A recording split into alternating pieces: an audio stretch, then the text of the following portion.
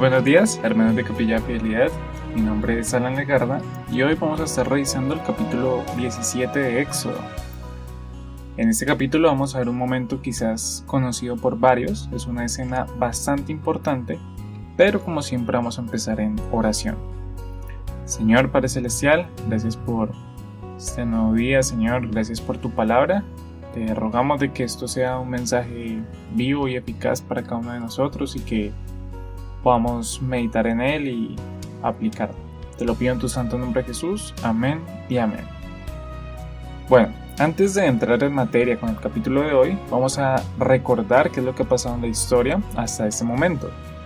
Lo primero en general que podemos recordar es que después de mucho luchar y Faraón endurecer su corazón, el Señor hirió a todos los primogénitos de Egipto, desde humanos hasta animales. Y en eso deja ir al pueblo y después de haberlo dejado ir, se arrepiente y sale a perseguirlos. Y es entonces donde vimos ese famosísimo e increíble milagro donde el Señor abrió el Mar Rojo y el pueblo pasó en seco. Ahora ellos ya están en el desierto, ya cruzaron, están al otro lado, pero ahora tienen nuevos retos y nuevas dificultades que tienen que enfrentar. Además tienen que aprender a ser un pueblo, porque como funcionan ahora es diferente a como habían funcionado en Egipto. Así que el Señor les va a enseñar todo eso en el desierto. Entonces va a ser difícil porque en solo un par de capítulos que llevan ellos en el desierto hemos podido ver un patrón de queja, de reclamo desmedido, y Dios en su misericordia soluciona y provee. Así que en el capítulo anterior, en el 16, vimos cómo Dios les proveyó con el maná, con ese pan que venía del cielo, pero vemos la forma en que lo pidieron. Fue incorrecta por medio de quejas. Aún así, Dios en amor les da lo que querían. Y vamos a ver muchos casos así con este pueblo de Israel.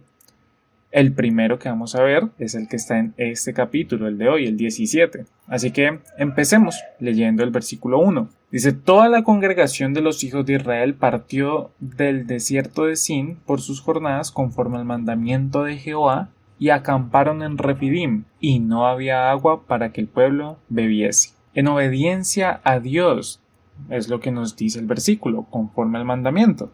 Así que Israel siguió la columna de nube y la de fuego, pero no tenían agua para beber.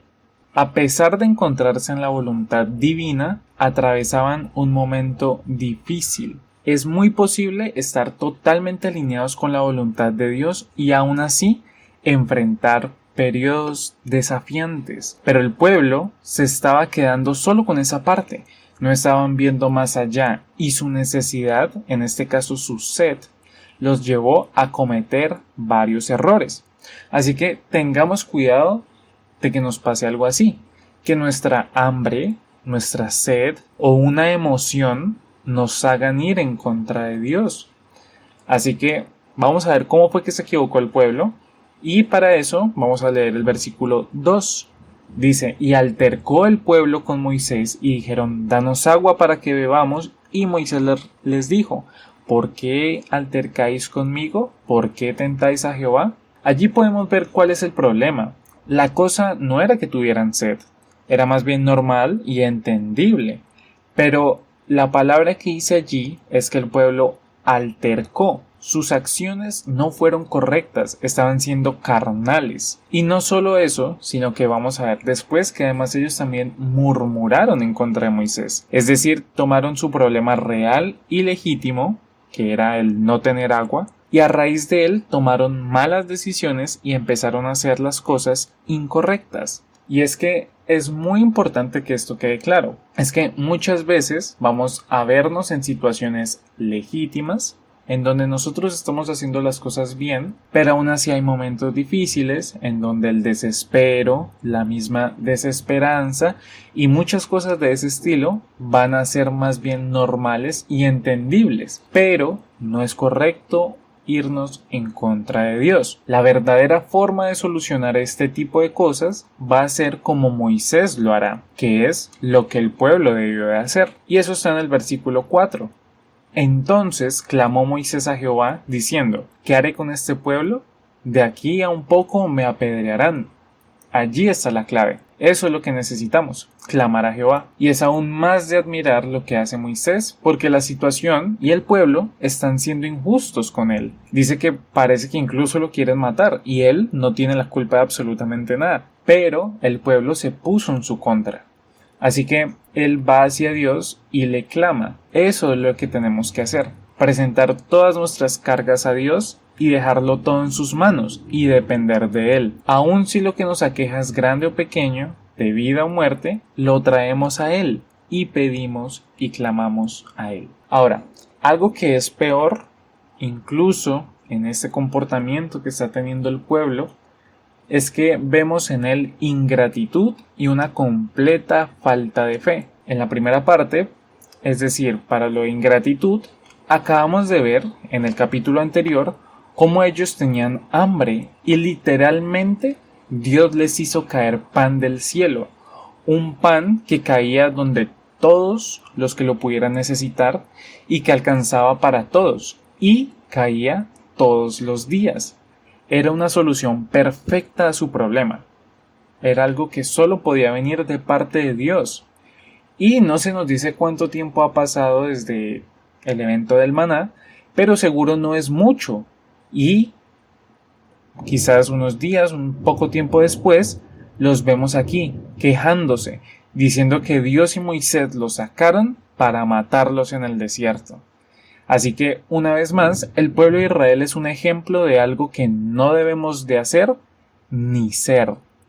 No tenemos que ser ingratos y no debemos de olvidar lo que Dios ha hecho por nosotros. El otro punto es la falta de fe. Es decir, como ya mencionamos, el milagro del maná es algo increíble y único. Ellos podían dar testimonio del poder de Dios y de sus maravillas. Pero en cuanto se dan cuenta que no hay agua, murmuran y altercan. Entonces, ellos no esperaban ver otra maravilla de Dios. Ellos no estaban expectantes. Ellos no querían ver otro milagro del Señor. No querían dejarlo obrar. Lo que hacen es empezar mal e irse en contra de Él. Así que son dos cosas con las que tenemos que tener cuidado: la ingratitud y la falta de fe. Ahora, si seguimos con el capítulo, vemos las instrucciones que Dios le da a Moisés. En el versículo 6 leemos: He aquí que yo estaré delante de ti, allí sobre la peña en Horeb, y golpearás la peña, y saldrán de ella aguas, y beberá el pueblo. Y Moisés lo hizo así en presencia de los ancianos de Israel. Dos cosas veremos en esto. Lo primero es que Dios le recuerda a Moisés y al pueblo que Él estaba con ellos. De eso se trataba todo este viaje, y el pueblo lo estaba olvidando. Estaba olvidándolo muy a menudo, y es que Dios estaba con ellos. Ellos seguían la nube, ellos seguían la columna de fuego, pero habían olvidado lo que significaba esa columna, lo que representaba. Las columnas representaban la presencia de Dios. Dios estaba con ellos y estaba en medio de ellos. Dios era consciente de todo lo que pasaba con el pueblo de Israel porque Él estaba con ellos. Y Él se los tiene que recordar. Les tiene que decir: yo estoy aquí. Dios está con nosotros, hermanos, y Él es consciente de nuestra situación. Y lo segundo importante que vemos en este milagro del agua de la roca es la mención de que el agua sale al golpear la roca. Y eso es algo muy simbólico, y es porque este milagro nos habla de algo muy importante, y es de la obra de Jesucristo. Y si quizás no lo entiende, para ello vamos a leer 1 Corintios 10, versículo 4. Dice: y todos bebieron la misma bebida espiritual, hablando del pueblo de Israel, porque bebían de la roca espiritual que los seguía, y la roca era Cristo. Así que eso de lo que nos está hablando este milagro. Realmente las dimensiones de este milagro son mucho más allá del pueblo de Israel, mucho más allá de hace 2000, 4000 años, 2000 años antes de Cristo, 4000 a nuestra época. Es mucho más que eso. Está hablándonos de la mayor obra de amor en el mundo y que nosotros íbamos a poder experimentar inclusive, y es el sacrificio de Jesucristo. Así que Moisés nunca se pudo imaginar todo lo que significaba lo que estaba haciendo en ese momento, pero realmente era muy grande e importante. Así que bueno, esta es la parte que quería que nos enfocásemos en este capítulo, porque hay otra en donde se nos habla de otro tema, de otro evento, que les recomiendo que lean, como siempre, el capítulo completo, pero en este devocional quería enfocarnos en este milagro del agua de la roca. Así que revisemos muy rápidamente qué fue lo que vimos hoy. Primero, recordemos que es posible que aún obedeciendo a Dios y haciendo las cosas bien, tengamos problemas y dificultades. Segundo, es que sin importar qué tan difícil sea la situación, no nos vayamos en contra de Dios, no empecemos a hacer las cosas mal. En lugar de eso, clamemos a Él. Tercero, no seamos ingratos.